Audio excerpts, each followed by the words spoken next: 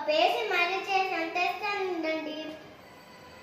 అమ్మో బంగారం అని రత్నం అందంటే ఖచ్చితంగా దేనికో టెండర్ పెడుతుంది. ఏంటండి ఆలోచిస్తున్నారు? వేడి మీద తినండి. జీటీవీలో వంటల ప్రోగ్రాంలో సెలబ్రేట్ చేసిన పకోడీలు చూసి చేశాను. ఎలా ఉన్నాయి?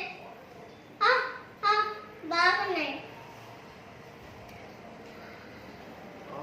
ఆముదం తాగిన వాళ్ళు అలా చూస్తారేంటండి?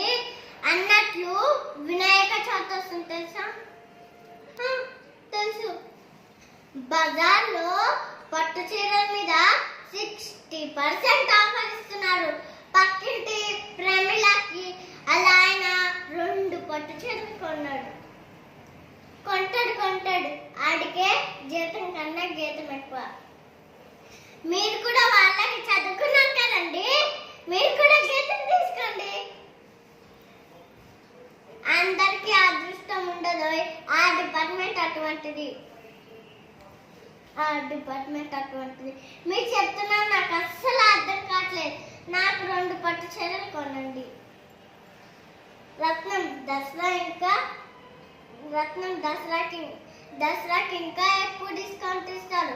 నువ్వే కదా కొత్త స్కూటర్ కొనమన్నా, దానికి EMI కడుతున్నాం. రత్నం దసరాకి పట్టు చీర కొంటానే సరేనా? ఏమిటో అన్ని కొనుక్కోడానికి EMI పెట్టారు. పట్టు చీర కొనుక్కోడానికి EMI జాబ్ వాళ్ళు పెట్టచ్చు కదండి. పాపం వాళ్ళకి ఐడియా రాలేదనుకుంటా. మీకు ఇష్టమని పాయసం చేస్తున్నానండి. అసలే పక్క పచ్చగా నీరసంగా అంటారు. గ్లాసుడు పాయసం తాగితే శక్తి వస్తుంది. ఇప్పుడు సడన్ గా శక్తి అంటారంటో. దసరా ఇంకా 4 రోజులే ఉంది. మొన్న వినాయక చవితికి 60% ఆఫర్ ఇచ్చారు. ఇప్పుడు దసరాకి 75% ఆఫర్. 75%. అందుకేనండి ఎదురింటావిడ ఏకంగా షాపులన్నీ తిరిగి 4 పట్టు చీరలు కొనుక్కుంది. అలా ఆయన చాలా మంచోడండి. చాలా మంచోడు. ఆడికన్నా మీరే మంచోడండి. అందుకే కదా మిమ్మల్ని బంగారం అని పిలుస్తాను.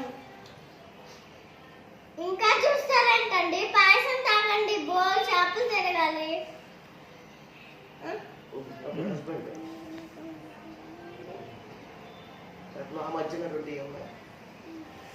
ఆ మధ్యన 2 EMIలు స్కూటర్ కి కట్టలేదు కదా, ఆ డబ్బంతా ఇప్పుడు కట్టేశాను. రత్నం దసరాకి పట్టు చీర కొంటాను సరేనా?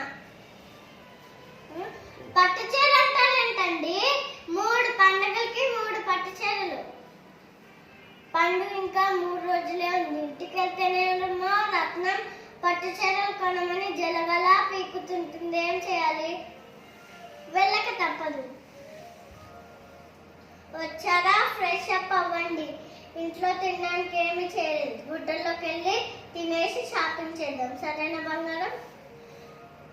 బెల్లం కొట్టిన అలా చూస్తానంటండి. ఎదిరింటావిడ ఎదిరింటాయన పక్కింటాయన వాళ్ళ భార్యకి బోర్డు పట్టు చీరలు కొన్నాడు.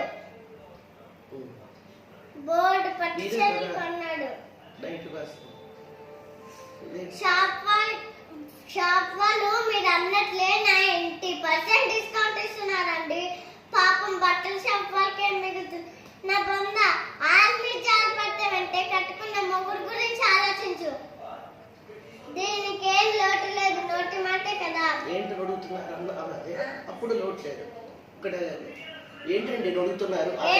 నడుగుతున్నారు? అబ్బాయి ఏం లేదు. ఇప్పుడు కానీ చీరలు కొననన్నాననుకో, ఎర్రగా వేగించిన బంగాళదుంప ముక్కలులా నన్ను వేగించేస్తుంది. బయలుదేరు రత్నం. ఒక్క నిమిషం అండి. అదేంటండి టీవీలో పక్కింటాయని ఎదిరింటాయని పోలీసు జీప్ ఎక్కిస్తున్నారు.